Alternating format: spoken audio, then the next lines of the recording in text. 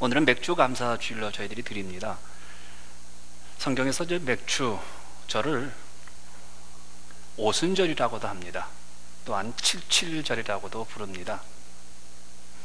오순절은 이스라엘 백성이 구원받은 날 유월절 이틀부터 시작해서 49일째 되는 날을 오순절이라고 하죠. 왜 칠칠절이라 하냐면요, 그 두 번 지내서 49일을 7주에 7번이 지나가기 때문에 77이 49, 그래서 칠칠절이라고도 합니다. 신약에 와서는 이 오순절 날에 성령께서 강림하셨기 때문에 성령 강림 주일이라고도 부릅니다. 이스라엘 백성들은 맥주절을 오늘날 우리가 가을에 드리는 추수감사절로 지킵니다. 그런데 한국 교회에서는 보리가 봄에 추수하지 않습니까? 그래서 봄에 보리가 추수하는 것을 기념해서 맥주 감사 주일로 드리고, 쌀 농사가 추수하는 가을에 추수 감사 주일로 드리죠. 그러면 세계 교회에서 맥주 감사 주일과 추수 감사일을 두 주일을 유일하게 지키는 나라가 있다면 저희 한국 교회입니다. 저도 8년 전에 저희 교회에서 처음 시작을 했죠. 왔을 때 맥주 감사 주일이 저희 교회에 없었습니다.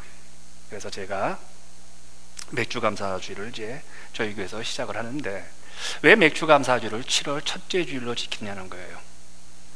지난 상반기 6개월을 한번 우리가 돌아보면서 감사하자는 겁니다.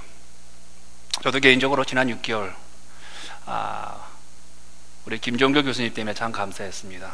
친구가 없었고 또 외로운 이민 생활인데 우리 교수님이 안식년으로 오셔서 가끔 점심시간도 하고 또 이런저런 이야기도 나누고, 또 좋은 목사님이 저희 교회 오셔서 저희가 많이 힘이 되었고, 또 제가 부탁을 해도 거절하지 아니하시고 하시는 그런 일들이, 또 그런 지난 6개월이 저한테는 참 많이 위로가 되었고 힘이 되었죠. 여러분도 한번 고민해 보시길 바랍니다. 지난 6개월 동안 여러분의 인생 가운데 어떤 감사가 있었는지요. 그래서 새롭게 그 감사의 기분과 감사의 마음을 가지고 우리가 남은 2013년 정확하게 6개월을 우리가 한번 출발을 했으면 합니다. 왜 제가 여러분들에게 감사를 한번 점검하라고 제가 말씀드렸냐면요, 그리스도인의 삶의 외형적 특징, 저분이 참 그리스도인이다, 저분이 참 하나님의 사람이다 라고 할 때 그 무엇을 가지고 그분을 그렇게 이야기할 수 있냐는 거예요. 물론 우리가 예배를 드리고 기도를 드리고 말씀을 묵상하는 것으로도 이야기할 수 있지만요, 그러나 세상의 많은 사람들은요, 한 면을 보고 크리스찬이냐 아니냐를 판단한다는 겁니다. 그게 뭐냐? 그게 감사라는 겁니다. 성경은 그래서 범사에, 여기서 말하는 범사는 행복한 일, 슬픈 일, 어떤 일도 포함이 된 일들을 총포괄해서 범사라고 하는 것이죠. 감사, 요즘처럼 불평을 입에 달고 살아가는 이 시대에 이 감사가 얼마나 향기가 되어지고 사람에게 에어컨처럼 신선하게 우리에게 영향력을 주는지 모르겠습니다. 요즘 감사하세요? 딱 한 번 대답하신 것 같은데, 그냥 하라고 하니까 아멘 하신 건지 정말 감사하시는 건지. 요즘 참 불평도 많이 할 수 있는 그런 때죠. 경제가 많이 어려우니까 불평하죠. 돈 없다. 또 덥기 때문에 우리가 많이 불평하죠. 아마 여러분의 입속에서 요즘 감사보다는 불평이 훨씬 더 많을 겁니다.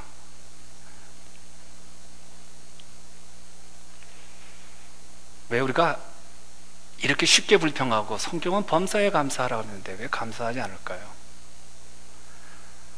영어로 감사가 땡큐죠. 그 땡큐라는 단어가 생각하다, 띵크에서 왔다는 사실, 제가 몇 번 전 말씀드려서 여러분 기억하실 겁니다. 무슨 얘기일까요? 감사하지 못한다는 얘기는 한마디로 생각하지 않기 때문에 감사하지 않는다는 거죠. 적극적으로 말한다면요, 우리가 좀 생각만 하면 우리가 감사할 수 있다는 거죠. 스코트 팩이라는 분이 이런 말을 했습니다.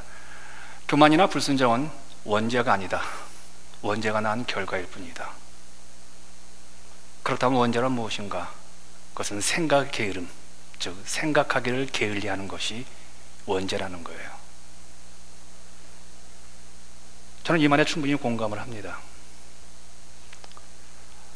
인류의 원죄의 출발점에서 아담과 이브가 교만했을까요? 아니었죠. 사단이 던져준 그 말에 조금만 아담과 이브가 생각을 했더라면 사단의 유혹에 넘어가지 않았을 겁니다. 동산 중앙에 있는 선과 악을 구분할 줄 아는 나무를 먹으면 죽을까? 성경은 정확하게 죽는다고 했습니다. 생각만 조금 했으면 저건 죽는 건데, 이 생각의 게으름이 아담과 이브를 범죄케 했다는 겁니다.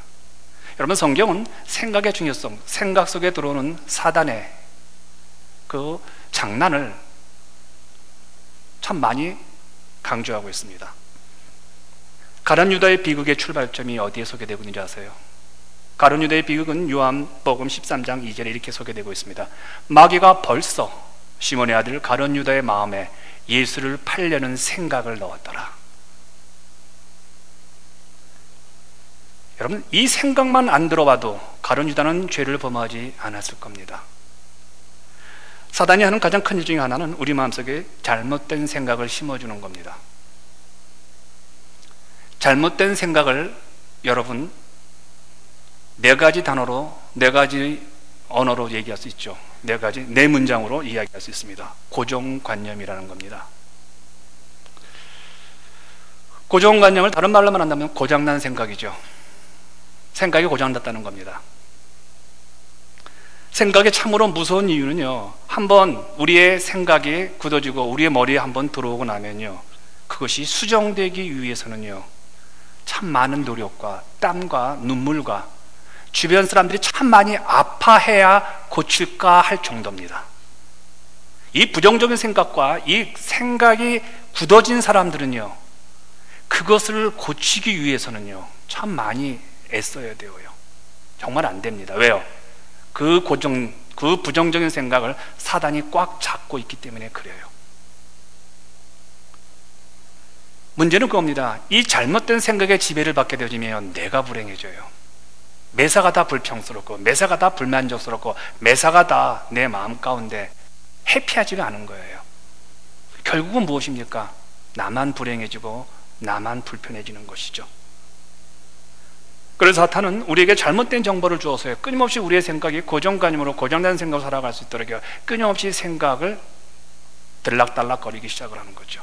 그래서 매사에 불평하는 사람과 매사에 부정적인 사람으로 우리를 가두어 놓고, 사단의 인생의 목적이 있다면 사단의 인생이란다. 사단의 목적이 있다면요, 우리 인생이 불행해지는 겁니다. 하나님의 목적이 있다면 우리가 행복해지는 것이죠. 그러니까 행복과 불행의 기준점은 결국은 생각이라는 겁니다. 생각만 잘해도요 우리 인생은 달라질 수 있다는 거죠. 자, 이제 감사의 여행을 한번 떠나보십시다. 첫 번째, 여러분, 생각을 바꾸면 감사가 보입니다. 감사가 보이면 행복해지지요. 성경은 이렇게 말합니다. 형통한 날에는 기뻐하라.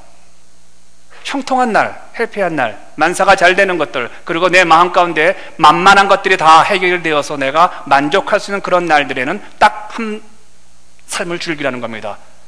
행복하라는 겁니다. 기뻐하라는 겁니다. 오늘 일이 잘 되면 마음껏 기뻐하라는 겁니다. 마음껏 웃으세요. 마음껏 자랑하세요. 우리 딸내미가 좋은 신랑과 만났습니다. 마음껏 좋으세요. 우리 아이가 대학 4년 장학금으로 갔습니다. 마음껏 즐거우세요. 우리 딸내미가 저한테 용돈 주었습니다. 마음껏 자랑하세요. 그거. 왜냐하면 전도서 8장 15절에 이렇게 말합니다. 내가 희락을 칭찬하노니. 희락, 어떤 단어일까요? 이게 기쁨이고 이게 행복입니다. 하나님께서 행복한 것을 칭찬하신대요. 행복한 것을 하나님 원하신다는 거예요. 그러니까 여러분들 마음껏 행복하세요. 마음껏 누리시기를 바랍니다. 희락과 행복은요 같은 단어입니다. 원어를 보게 되어지면요, 우리가 누리는 기쁨은요, 내 마음이 기쁨은요, 그 기쁨이 우리를 행복한 삶으로 안내하지요. 그러므로 기뻐해야 할 상황이 오면요, 기뻐하시고 기쁨이 안내하는 행복을 누리세요. 얼굴 좀 피시고요, 기뻐하시면요 자랑 좀 하세요, 주변 분들에게. 그러나 삶이 늘 기쁨만 있으면 얼마나 좋겠습니까? 곤고한 날이 찾아오죠. 이건 반드시입니다. 힘들고 걱정스러운 일들이 계속 우리를 찾아옵니다. 나는 원하지 않는데. 그리고 내가 계획한 일들이 자꾸 어긋나요. 내 생각대로 되면 그게 완성이 되어야 되는데 잘 안 되지죠. 그건 왜 그럴까요?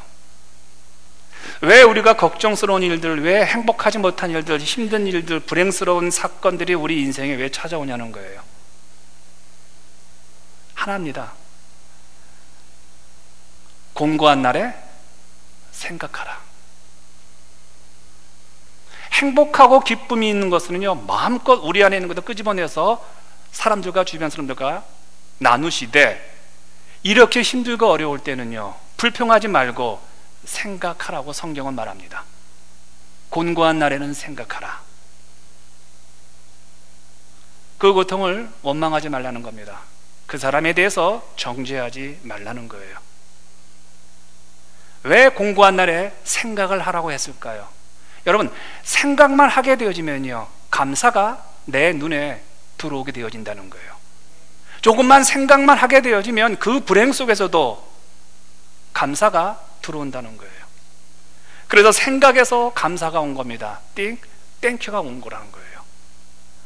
여러분, 어려우면 생각하시기 바랍니다. 근데 이 생각이라는 단어가 성경은 이렇게도 표현합니다.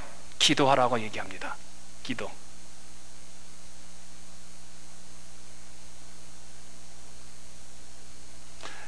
어쩌면 그리스도인들은요, 참 단순해요. 딱 두 가지입니다. 해피한 일 있으면 활짝 웃으세요. 힘들고 어려운 일 있으면요, 기도하세요. 생각하시고요. 굳이 그것을 내 얼굴을 주변 사람들에게 보여주어서 그분이 고민하게 만들지 마시고요, 내 얼굴을 가지고 주 앞에 생각하시면서 기도하시면요, 참 단순하죠. 해피하면 기뻐하시고, 불편한 일이 생기면 기도하시고, 참 단순하죠. 중간은 없죠. 결국 감사는요, 생각에서 올 수밖에 없어요. 어떤 분이 대머리도 감사할 조건이 6가지나 된다는 글을 썼는데 너무 재밌었어요. 야, 대머리가 감사할 일이 뭐가 있을까? 자, 대머리 되신 여러분들 감사하시기 바랍니다. 첫째, 대머리는 여성에게 거의 없는 현상이기에 모든 여성은 감사해야 한다고 합니다. 그런 것 같아요. 여자분들이 대머리가 있다, 여자분이 머리를 빡빡 민다, 좀 그렇죠? 둘째, 이분이 쓴 내용 가운데 참 재미난 게 있는데, 대머리는 하나님의 사랑을 받은 자라는 증거래요. 왜냐하면 하나님께서 아침마다 일어날 때마다 날마다 그 앞니말을 쓰다마 주기 때문에 사랑을 받은 자라는 증거입니다. 세 번째, 대머리는 경제적으로 상당히 절감할 수 있대요. 비누와 샴푸와 물을 절약할 수 있다고 합니다.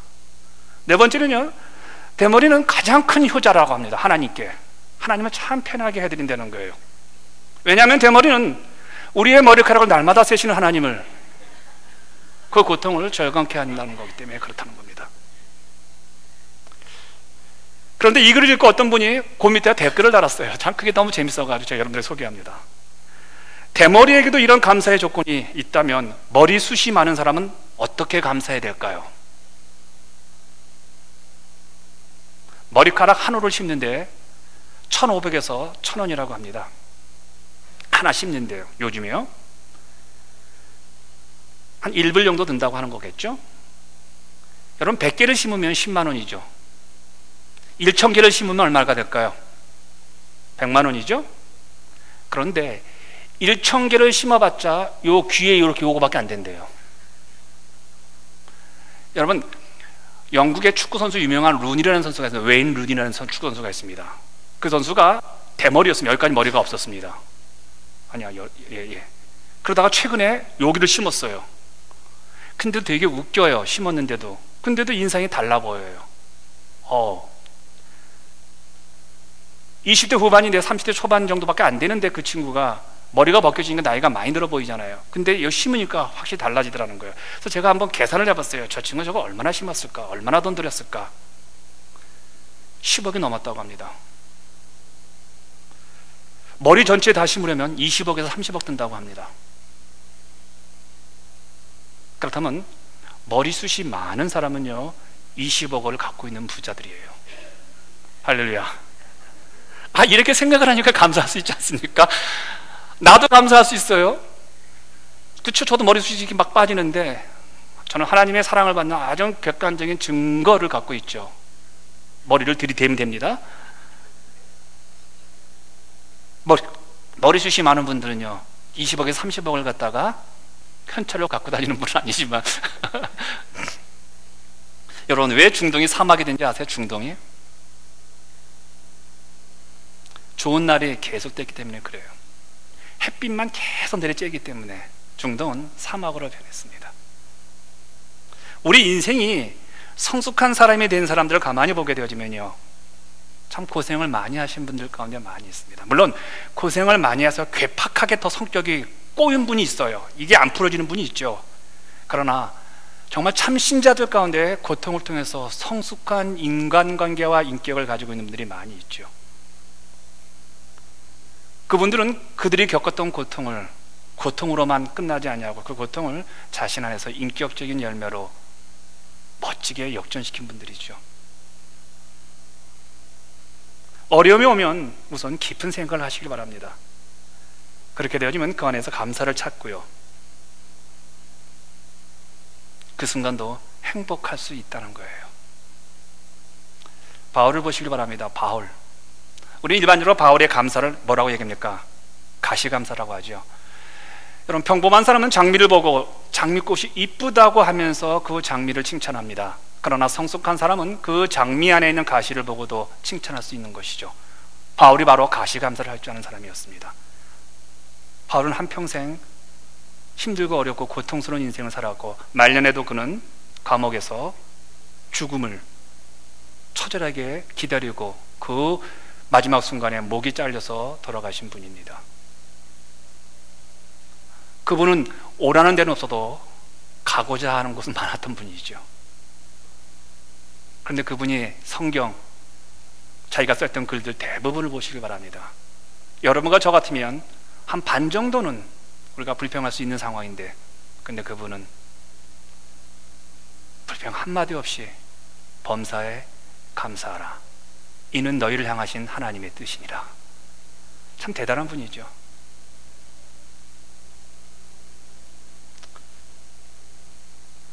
도대체 남이 생각할 수 없는 그런 고통 속에서도 원망하지 않고 그가 이렇게 감사할 수 있었던 것은요, 생각을 깊이 하셨기 때문에 그래요. 바울은 생각이 깊은 사람입니다. 즉, 기도가 깊은 사람이었어요. 여러분 모두가 어떤 어려움과 힘든 상황 속에서 마귀가 던진 미끼를 가지고 불평하지 마시고 원망하지 마시고 정죄하지 마시고 한 번 더 깊이 생각하셔서 감사로 인격과 또 하나님 보시기에 행복한 그런 삶으로 남은 6개월을 걸어가시기를 축원하겠습니다. 두 번째, 감사는 하나님께 더 가까이 만드는 은혜입니다. 감사만 잘해도 하나님께 더 가까이 갈 수 있다는 거예요. 어떤 분이 로댕에 생각하는 조각을 보면서 이런 생각을 했다고 합니다. 자, 여러분들에게 제가 묻겠습니다. 로댕에 생각하는 거 아시죠? 이러고 하는 분 있죠? 그분은 무슨 생각하고 계실까요? 그분은요, 제 아들한테 보여주면서 얘야, 이 사람은 무슨 생각을 하고 있을까 하니까 그놈이 그러는 거예요. 배고프다. 어떤 분에게 줬더니 내 빤스 어디 갔나, 뭐 그런 생각하신대요.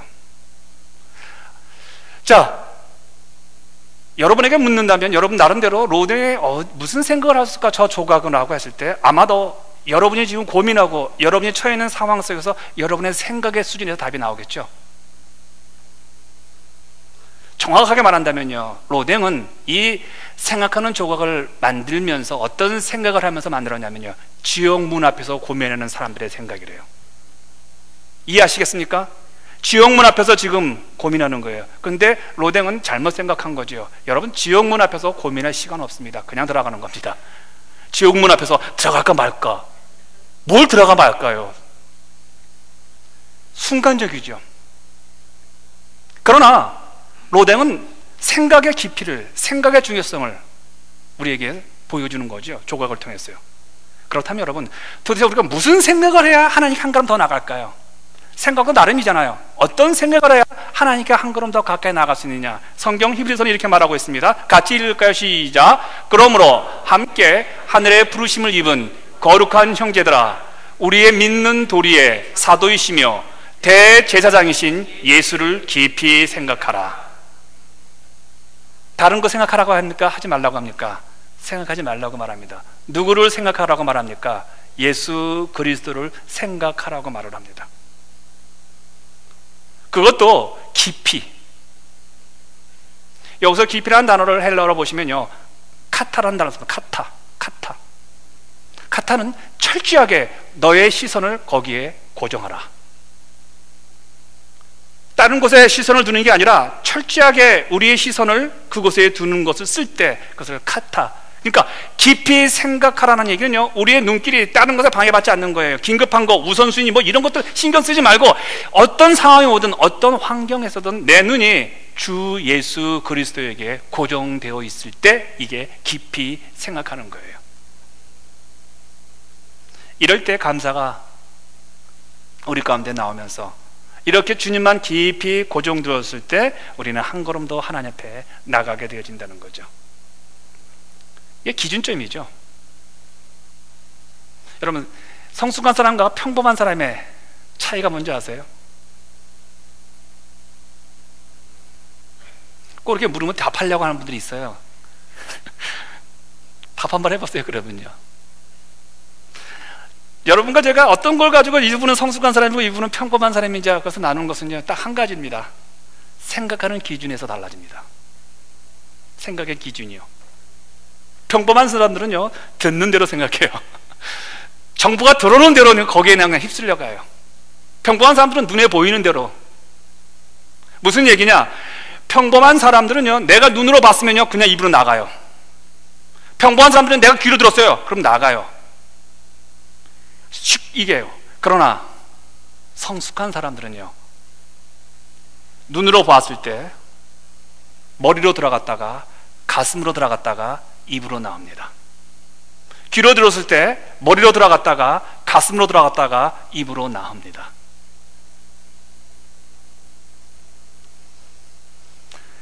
크리스천 가운데 성숙한 신자와 미숙한 신자의 차이점이 바로 여기도 있습니다. 기준이 달라져요.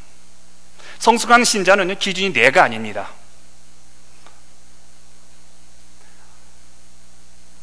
예수 그리스도가 기준이에요. 미숙한 신자들은요, 기준이 나예요. 내가 불편하면 불편한 거예요. 내가 싫으면 싫은 거예요. 내가 좋으면 좋은 거예요. 예배 1시간 한 20분 동안 드리는 예배 가운데 내가 싫으면 싫은 거예요. 그 예배는요. 그 예배가 신학적으로, 성서적으로, 전통적으로 그 예배가 하나님의 뜻에 맞느냐 안 맞느냐 이건 안 따져요. 설교도 내가 싫으면 싫은 거예요. 찬양도 내가 싫으면 싫은 거예요. 그러나 성숙한 신자들은요, 저 찬양을 하나님이 기뻐하실까? 저 찬양 가운데 그리스도의 존귀케 되어지는 것이 들어있을까? 내가 좋아하고 싫어하고는 그 다음 문제죠. 이런 분들에게는 어떤 생각이 들어와도 흔들리지 않죠. 세 단계를 거치잖아요. 들어왔고요, 머리에 들어갔고요, 가슴에 들어갔고요, 그 다음에 이야기가 나오니까 그 안에서 안 좋은 것들은 털어져 나가고 내 안에서 긍정적인 것을 해석이 되어서 고백이 되어지잖아요. 기준이 다르죠. 내가 아니니까요. 여러분, 흔들리는 갈대와 같은 내가 기준이 된다면요, 여러분 어디 가서 여러분 평생 행복할 수 있겠어요? 칠흑같이 어두운 밤이었습니다. 폭우 속에서 전함 2대가 훈련 중이었습니다. 너무 안개가 자욱해서 한치 앞을 보지 못한 상황에서 갑자기 감시 초병이 함장에게 보고를 합니다. 함장님, 저만큼 불빛이 보입니다. 아마 다른 배가 지금 저기서 우리 쪽을 향해서 지금 오고 있는 것 같습니다.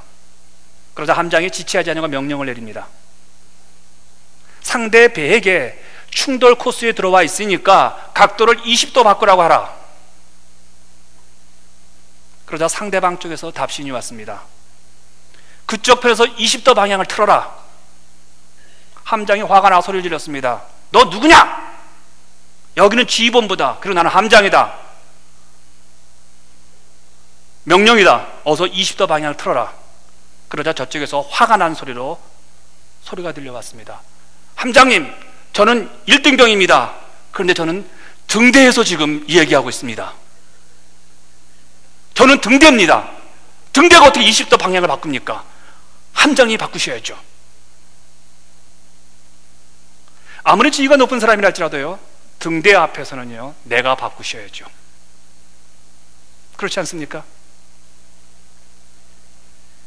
우리가 예수를 믿는다는 의미는 무엇일까요? 여러분이 교회를 다닌다는 말은 무엇입니까? 여러분이 이 자리에 앉아 계신다는 말은 무엇입니까? 내가 좀 불편하더라도, 내가 시간에 맞지 않는다 할지라도, 내가 생각이 틀리다 할지라도 내 기준이 예수 그리스도가 이 예배의 주인이시니까 그 주님 앞에 내가 움직이지 않냐고 그 예배 시간에 그분께 드리는 거죠. 제가 어린아이들에게 교육을 시킬 때 예배 시간만큼은 아무것도 두지 말고 그 아이에게 하나님 앞에서는 움직일 수 없는 시간이 분명히 있음을 가르치는 말을 제가 몇 년 전에 제가 설교한 적이 기억이 날 겁니다. 애가 울어도 그건 놔주시라는 겁니다. 가져주며 달래면 그 아이는 그 예배 시간에 이 예배의 주인 되신 하나님 앞에서 내가 울었을 때 주변 분들이 뭐를 주님과 하면서 어느 순간에서도 내가 움직이면 먹을 수 있다는 겁니다. 그러나 그 순간에 여러분 아무리 관심 갖지 마시고 모두가 똑바로 하나님을 바라보면서 그 아이를 꼭 잡고 있을 때 이 아이에게는 이 예배 시간만큼은 내가 내 성격도 어떻게 할 수 없는 거구나. 이 시간만큼은 하나님께 집중해야 되는 거구나. 그게 가장 중요한 교육이라고 제가 말씀을 드린 것 같습니다. 신앙의 가장 중요한 기분이 그겁니다. 내 기분 물론 중요합니다. 내 마음 중요합니다. 그러나 가장 중요한 것은요, 예수 그리스도의 마음입니다. 그분은 오늘 이 예배를 통해서 나에게 어떤 은혜를 주실까? 내가 그분 앞에 어떻게 내 삶을 바꿀 수 있을까?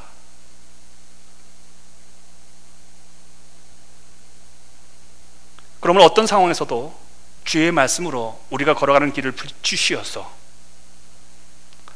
어떤 상황든 그 상황을 하나님께 한 걸음 더 나아가는 거로 바꾸시기를 바랍니다.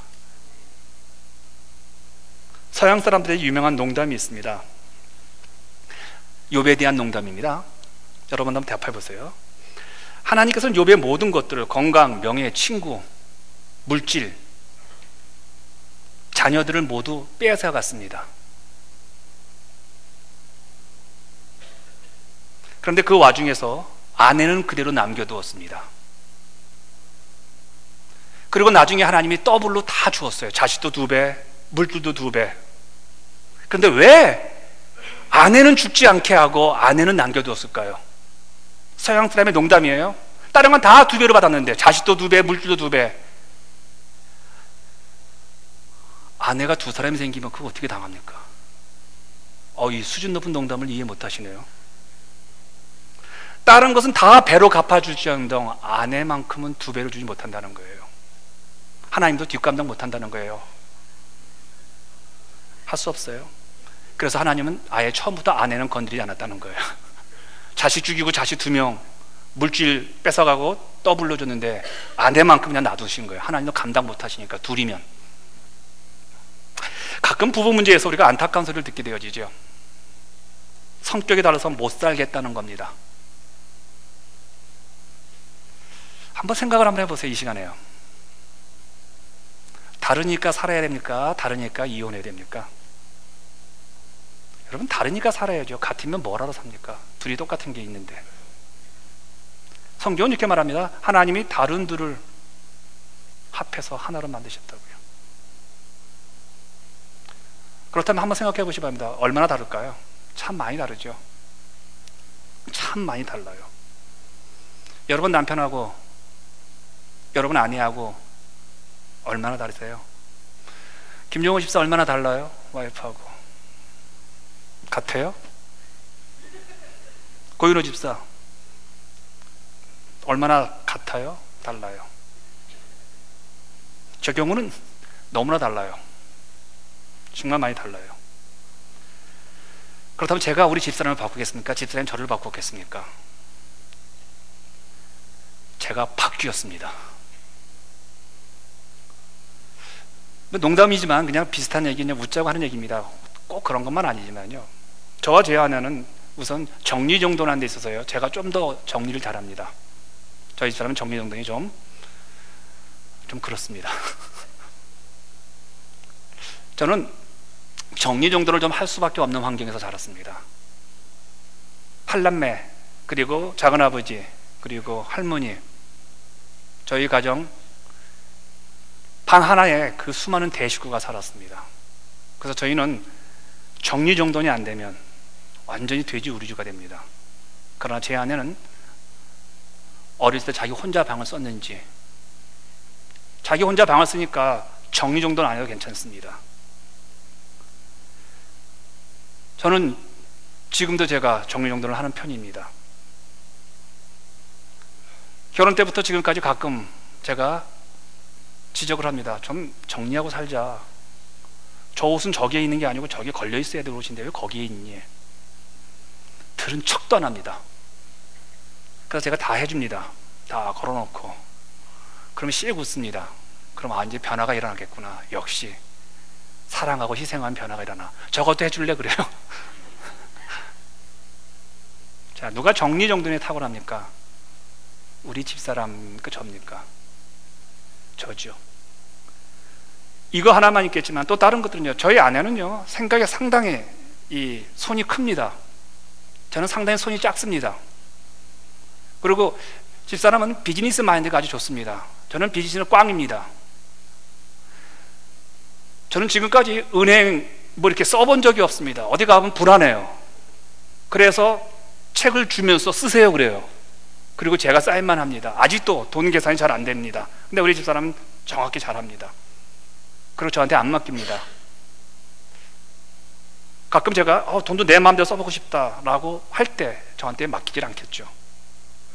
그러면 제 은사와 우리 집사람의 은사가 너무 틀리기 때문에 가끔은 집사람이 갖고 있는 은사와 달란트와 그 집사람이 보는 것을 가지고 저의 못마땅한 점을 핥힌다면요, 저희 부부는 생각보다 빨리 이혼을 해야 되겠죠. 그런데 제가 가지고 있는 부분을 봤을 때 우리 집사람은요 참 못마땅한 게 있습니다. 내 눈에 들어왔을 때. 역으로 말한다면 우리 아내도 생각할 때 제가 못마땅한 부분이 있을 겁니다. 근데 저희가 결혼 생활 하면서 초창기와 지금하고 달라진 게 뭐냐면요, 많은 부분에 그 못마땅한 부분을 집사람이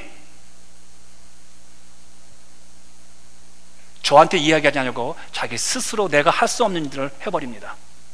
저도 예전에는 제가 지적하고 말을 하고 했던 것을 최근에는 참 많은 부분에 말하지 않고 제가 솔선수범해서 합니다.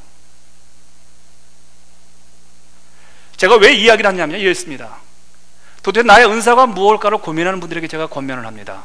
은사는 여러분이 불평하는 게 은사입니다. 내 속에서 생기는 그 불평과 불만, 바로 그것이 하나님 주신 은사라는 거예요. 왜요? 남보다 더 날카롭게, 남보다 더 정확하게 보기 때문에 불평이 생기는 거예요. 여러분, 정확하게 다른 것들을 보지 못하는 분들이라면요, 여러분 불평 없습니다. 그러나 정확하게 다른 것을 보니까 불평스러운 거예요. 교회에 왔을 때 어떤 부분이 못마땅한 부분이요, 그분은 그것이 은사예요. 그런데 그것이 은사로 가느냐, 그것이 불평으로 가느냐라고 하는 것은요, 은사로 가는 것은요, 그 불평을 누구한테 얘기하지 않냐고 자기가 스스로 해결할 때 이게 은사예요. 그러나 그것을 입으로 털어버리면요, 그것은요 하나님 주신 은사인데도 불구하고 그 은사는 열매 맺지 않냐고 불평하는 것으로 끝나고 맙니다. 여러분, 불평하는 사람들은 탁월한 사람이에요. 진짜 탁월한 사람이에요. 남이 보지 못한 걸 봐요. 정말 보지 못하는 거 봐요. 끄집어내는데 정확해요. 맞아요. 근데 문제는 무엇입니까? 계속 그것만 얘기하는 거예요. 하나도 안 움직이고요. 그걸 그분이 해줬으면 얼마나 그게 사람들한테 존경받고 사람들이 인정받고 많은 부분에 있어서 회복이 될 텐데 그걸 못 하시는 거예요. 여러분, 평범한 사람, 둔한 사람은요 불평 못 해요. 굉장히 머리가 좋고 굉장히 은사가 아주 예민한 분들이, 은사가 있는 분들이 불평을 하게 되는 거죠. 그러므로 불평은 내가 하지 않고 남이 해주길 바랄 때 그건 은사가 죽게 되어집니다. 여러분, 그러므로 그런 상황 속에서 이것은 하나님 나에게 주신 은사구나라고 불평과 불만을 품고 그것을 가슴속에 심고 그 문제를 나로 인해서 내가 보았으니까 하나님이 나에게 해결하라고 주는 미션이구나, 사명이란 내 눈에 들어와가지고 그것이 마음에 안 찰 때입니다. 마음에 안 찰 때 하나님 반드시 그걸 우리에게 사명을 주십니다. 그래서 하라고요. 네, 하지 아니하고 들어왔는데 그것을 다른 사람한테 넘기고 다른 사람한테 이야기하면 그분은 불평하는 사람으로 하나님의 미션을 이루지 못하는 사람이 되어지는 거죠. 예수님께 시선 한번 맞춰보시길 바랍니다. 가정이 달라져요. 교회가 달라져요. 역정이 다르게 해석이 되어지죠. 과거가 달라져요. 왜요? 생각하는 각도가 달라져 버려요. 예수님 쪽으로 옮겨가면요. 여러분, 각도만 달라져도요, 삶은 달라집니다. 왜요? 우리는 늘 똑같은 걸 보기 때문에 생각이 안 바뀌는 거예요. 그러나 그리스도의 품으로 들어가서 그리스도의 시각에서 각도를 보게 되어지면요, 세상이 마음껏 달라집니다. 마음껏 바뀌게 들어온다는 거죠. 여전히 우리가 행복하고 여전히 우리가 감사의 조건과 그리고 내가 정말 이 땅에서 살아낼 시간들이 얼마나 의미가 있는지가 깨닫게 되어지니까, 아하, 이 시간을 주신 하나님, 아하, 이런 환경을 주신 하나님을 찬양하니까 그 찬양의 고백 속에서 내가 하나님께 한 걸음 가게 되어지다는 거예요. 그러나 감사가 없게 되어지면요, 자꾸 하나님부터 멀어집니다. 근데 하나님으로 멀어지게 되어지면 하나님은 그분을 존귀케 여기질 않아요. 그분을 높여주지 않으니까 사람들로부터 멀어져요. 하나님을 존귀케 여기니까, 하나님과 가까이 가니까 사람들이 그분께 가까이 와요. 그래서 감사하시기 바랍니다. 마지막입니다. 여러분과 인생을 살아가면서요, 우리가 항상 우리의 인생의 문들이 열려져 있지만은 않습니다. 닫힌 문들이 분명히 있을 겁니다. 그 닫힌 문들을 성경은 어떤 키로 열게 되냐면 딱 하나의 키밖에 안 주어졌습니다. 물론 예수 그리스도의 은혜고 예수의 능력이지만요, 그것은 그분이 주시는 것이고 우리가 그 능력과 은혜를 깨닫기 위해서 그 문들을 열기 위해서 성경은 하나의 키만 주셨어요. 그게 뭔지 아십니까? 감사예요. 감사로 닫힌 문을 열라고 합니다. 닫힌 문을 열고 들어가는 키는 감사밖에 없어요. 포로스트가 이런 말을 했습니다. 현대인은 일상 속에서 전율하는 법을 모른다. 그러니까 일상에서 감격하지 않는다는 거예요. 매일 속에서 기뻐하지 않는다는 거예요. 매일 속에서 막 몸이 이루어지지 못한다는 거예요. 그분이 왜 그랬느냐? 현대인들이 왜 그럴 수 없느냐? 기적 자체가 아니라 기적을 볼 수 있는 우리의 눈이 문제다. 일생의 삶 자체가 감사하면, 일생의 삶 자체가 정말 의미 있게 보게 되지만 다 기적이라는 거예요. 우리를 둘러싸고 있는 삶의 굴레를요, 한 꺼풀만 벗겨보면 다 기적이라는 거예요. 지금 여러분과 제가 여기 앉아있는 이 시간, 여기서 설교 듣는 여러분의 자세와 제가 말하고, 그리고 여러분의 지금 생각이 막 움직이고, 지금 코로 호흡하고, 지금 손가락으로 뭔가 장난치고 싶고, 생각 속에서 뭐 예배는 아니지만 딴 데 왔다 갔다 하는 이 머릿속에 있는 생각도 있죠. 숨도 그냥 헛헛 쉴 수 있고요. 그런데 여러분요, 그것이 지금 오늘 우리가 누리는 이것들이 기적이라고 전혀 생각하는 분 아무도 거의 없을 겁니다. 그런데 지금 내가 누리고 있는 이것이 기적이라고 생각할 때는 언제냐면요, 병원에 한번 가보세요. 병원에 가보셨는데 산소 호흡기를 가지고 코에 대시고 숨 쉬는 분들을 보시면서, 아하, 내가 숨을 쉰다는 건 기적이구나. 그렇잖아요. 어떤 분은 두 다리가 잘려가지고요, 휠체어를 타고 가시면서 그분을 보면서 우리는 무슨 생각합니까? 아, 내가 이 순간 두 다리가 걷는 것이 기적이구나. 그러니까 일상의 삶 가운데 이 모든 게 기적인데, 여러분과 제가 기적으로 못 누리는 건 뭡니까? 생각이 없기 때문에 그러는 거예요. 멀리 가보지 말기 바랍니다. 우리 양동인 권사님 신방을 갔는데 풍이 오신 거예요. 그 이쁜 분이요. 참 나이 든 다음에 갔던 그 서글픔을 제가 보았습니다. 참 속이 속상했어요. 물론 80이 넘어가는 순간부터 우리는 이미 어느 순간에 무너질 준비를 하셔야 합니다. 그건 할 수 없는 건 인생이에요. 그건 할 수 없어요. 그러니까 받아들임의 축복도 있습니다. 나이 80이 넘어가면서부터는 어쩔 수 없어요. 그건요. 물론 이제 로봇가 있어가지고 로봇가 발 탁 해가지고 가로 탁 했지만 그건 먼 훗날 얘기고, 그건 우리 같이 풍부한 사람들은 있어도 못 사잖아요. 돈이 없는데 어떡합니까? 근데 양도님 권사님 딱 갔는데요, 목사님 제가 가가지고 제가 농담을 했어요. 권사님 일어나, 한번 일어나 봐요. 뭔 일어나? 안 돼 목사님 그러는 거예요. 그럼 나 갑니다 그러고 인사하고 벌 뛰는 거예요. 목사님 오시면 배웅해야 된다는 거예요. 나 깜짝 놀랐어요. 아니, 목사라는 한 인간이 뭐기에 그 목사가 감으로 말미암아 힘이 생긴 거예요. 해피한 거예요. 힘이 막 생기는 거예요. 누워있을 때 제가 보면서 야 저거 어떡하나 그러는데 일어나시더라고요. 그리고 엘리베이터까지 나오시는 거예요. 엘리베이터까지요. 그러면서 간병인이 그렇게 말씀하시는 거예요. 저거 이상한, 저렇게 못 걷는데 그걸 안 걸으려고 하신다는 거예요. 제가 오늘 우리 지수라고 그렇게 얘기했어요. 참 기적이다. 근데 그 기적을 오늘 나는 매일같이 누리고 있잖아요. 오늘 여러분과 저는 두 발로 오셨습니까? 아니면 누군가 휠체어로 밀어서 오셨습니까? 네 발로 왔잖아요. 여러분 지금 호흡, 숨 쉴 때 불편하십니까? 물론 비염 있는 건 말 빼고요. 여러분 지금 앉아있는 거 지금 편하십니까? 아니 치질 있는 거 빼고요. 지금 이 순간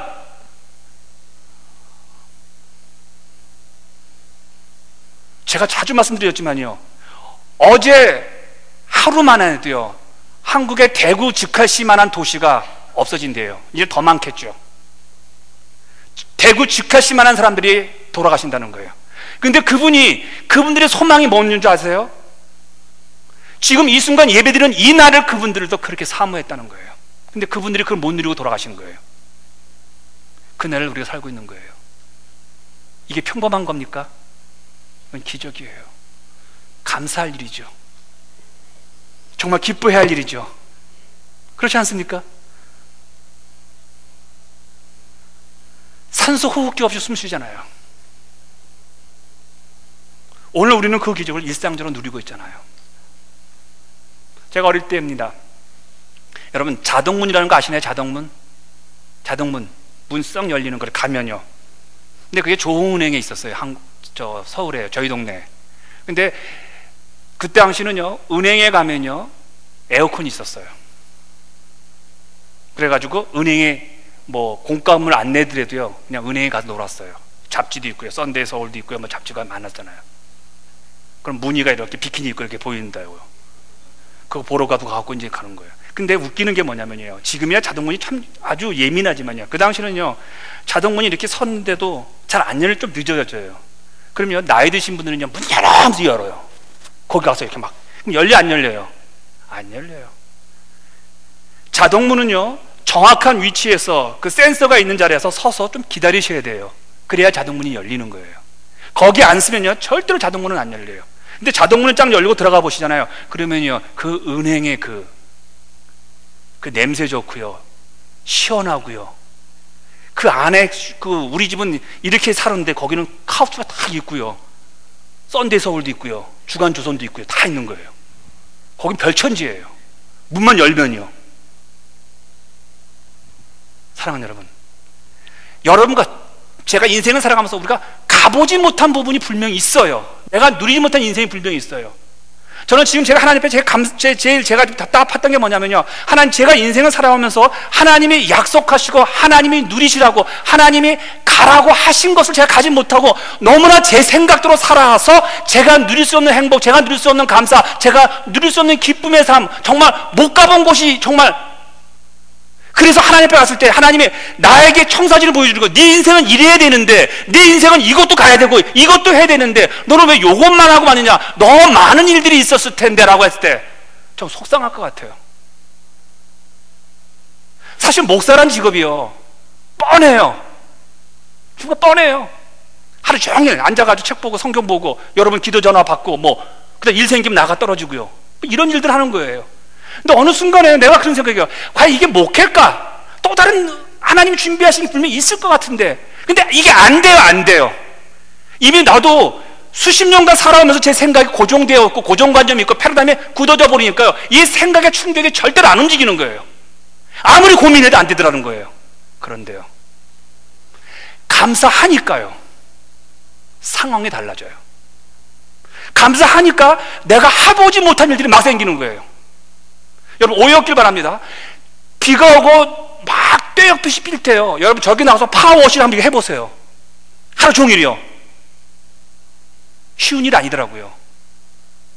근데 제가 뭘 깨달은지 아십니까? 하루 종일 노동하시는 우리 성도들 굉장히 힘들겠구나. 이거 하는데요 이게 다 튀어요 몸에요. 근데 그냥 해봤어요. 이렇게 제가 그 일을 통해서 제가 힘들게 하루하루 노동하시는 성도들의 마음을 아시면서, 아하, 이게 목사가 하지 말아야 할 일은 아니구나. 물론 그것만 하면 큰일 나죠. 그러나 그런 일들을 하면서 성도가 어려운 일들이요. 어제 얼마나 더웠습니까? 짜증이 나더라고요. 막 땀이 나고 막 그러는데 앉아있는데, 그렇다고 에어컨 아낀다고, 전기가 아낀다고 그냥 아닌데 죽겠어요. 더워가지고요. 왔다 갔다 하는 거예요. 그러다가 어떤 세탁소 하시는 집사님 전화를 받은 거예요. 되게 덥다는 거예요. 그 순간 제가 이거 덥다는 말 하지 말아야겠다. 저분은 100도가 넘을 텐데 그 안에서. 그럼 제가 감사했어요. 그래도 여기는 선풍기 있잖아요. 제 옆에 붙어 있잖아요. 사랑하는 여러분, 여러분과 제가 인생을 살아가면서 정말 이 길이 정말 하나님 원하시고 이 길이 정말 하나님 나에게 주는 베스트 웨이인가, 정말 이 길이 정말 그 길인가 라고 하실 때, 여러분, 아닐 수도 있어요. 아닐 수도 있어요. 그럴 때 여러분 한번 감사해 보세요. 힘들고 불평스럽지만 한번 감사해 보세요. 또 다른 길이 생겨요. 정말 또 다른 길이 보여요. 정말 여러분 감사만 하시면요, 여러분의 인생에서 다른 사람들이 24시간 사는 거를 여러분의 인생에서 48시간이 되어져요.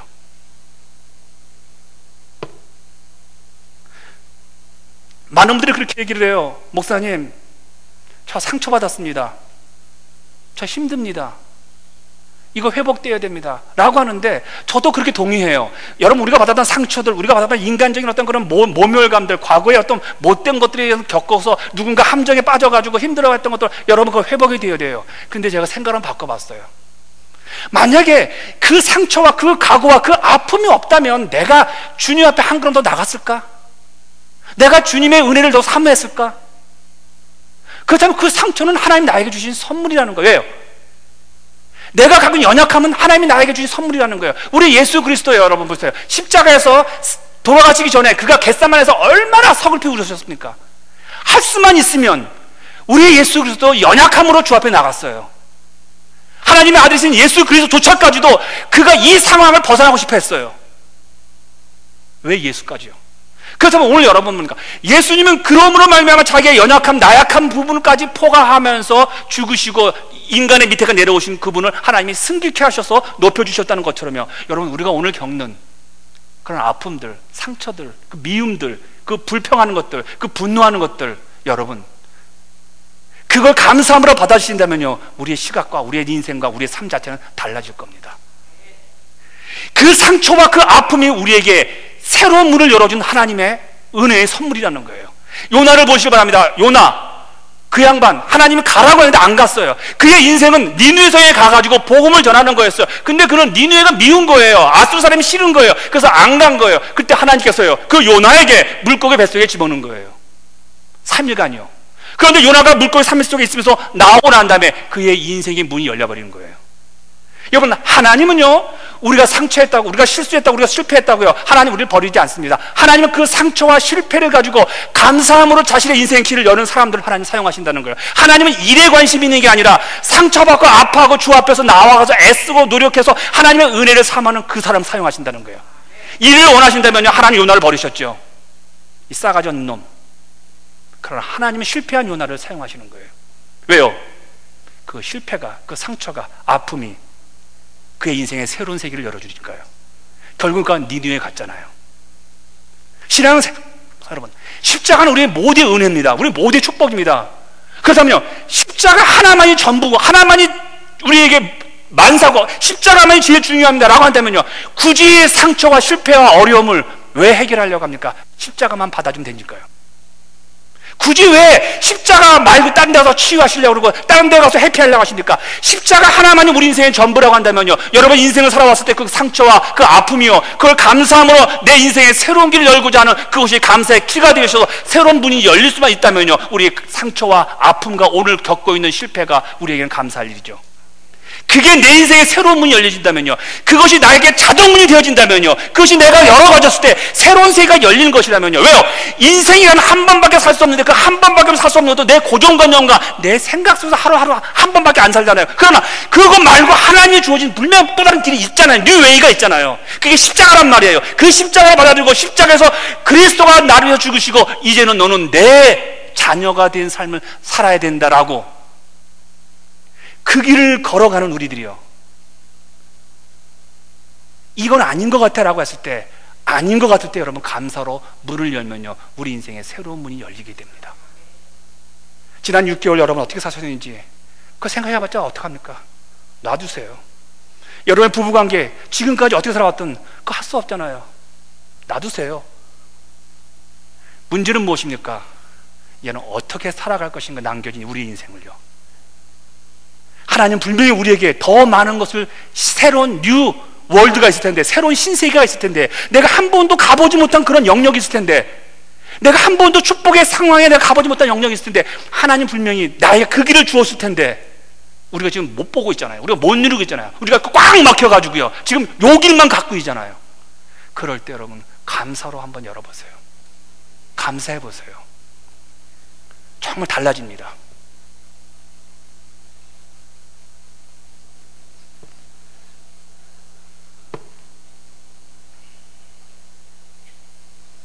감사함으로 그의 문에 들어가며 찬송함으로 그의 궁정함에 들어가서 그에게 감사하며 그의 이름을 송축할지어다. 시편 100편은 위대한 글입니다. 감사로 새로운 인생이 되어지고, 그리고 감사로 새로운 인생에서 또 감사하시면 하나님의 궁정에서 영원히 찬양하는 천국의 위대한 일들 가운데 우리가 동참하게 되어지죠. 문을 열고 들어가는 능력도 감사이고, 그 문에 들어가서도 감사하는 겁니다. 그래서 성경은 이렇게 말합니다. 범사에 감사하라. 이는 너희를 향하신 우리 하나님의 거룩한 뜻이니라. 감사하시길 바랍니다. 다 같이 일어나시겠습니다.